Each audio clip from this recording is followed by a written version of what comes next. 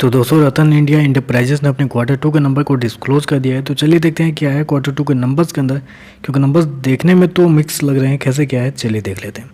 तो data millions में दिया गया है, मैं आपको क्रोर्स में कन्वर्ट करके समझाता हूँ कैसे क्या हुआ है। पिछले क्वार्टर में कंपनी ने 1267 करोड़ के आसपास का रेवेन्यू जनरेट किया था ऑपरेशन के थ्रू। पिछले साल 1175 करोड़, जबकि अभी देखें तो बढ़ के 1394 करोड़ के आसपास आपको देखने को मिला है। तो साल दर साल देखें तो अप्रोक्सीमेटली बोल सकते हैं 20% के आसपास की तेज़ी आपको देखने मिले। वहीं अगर क्वार्टर क्वार्टर जाते हैं तो क्वार्टर क्वार्टर 10% के आसपास की तेज़ी है। तो क्वार्टर क्वार्टर साल दर साल कंपनी का जो रेवेन्यू है वो आपको बढ़ता हुआ देखने को मिल रहा है। खर्चे की बात कर लेते हैं। तो खर्चे में पिछले क्वार्टर कंपनी ने 1293 करोड़ खर्च किए थे, पिछले साल मात्र 1173 करोड़, जबकि अभी देखें तो कंपनी के खर्चे 1425 करोड़ के आसपास आपको देखने को मिल रहे हैं। तो कंपनी के खर्चे देखें तो कंपनी के खर्चे भी ऑन एन एवरेज कंट्रोल में ही देखने को मिल रहा है। चलिए कंपनी का नेट प्रॉफिट क्या निकलता है वो देख लेते हैं।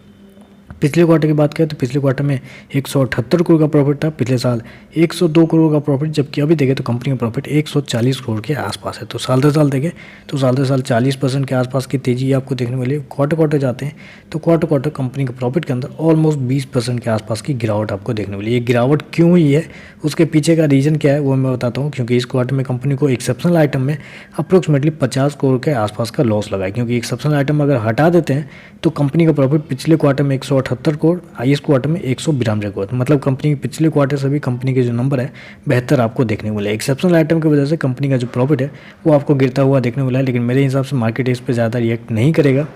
ईपीएस की बात कर लेते हैं। पिछले क्वार्टर में 1.29, पिछले साल 75 पैसे का, अभी देखें तो 1 रुपये 2 पैसे के आसपास है।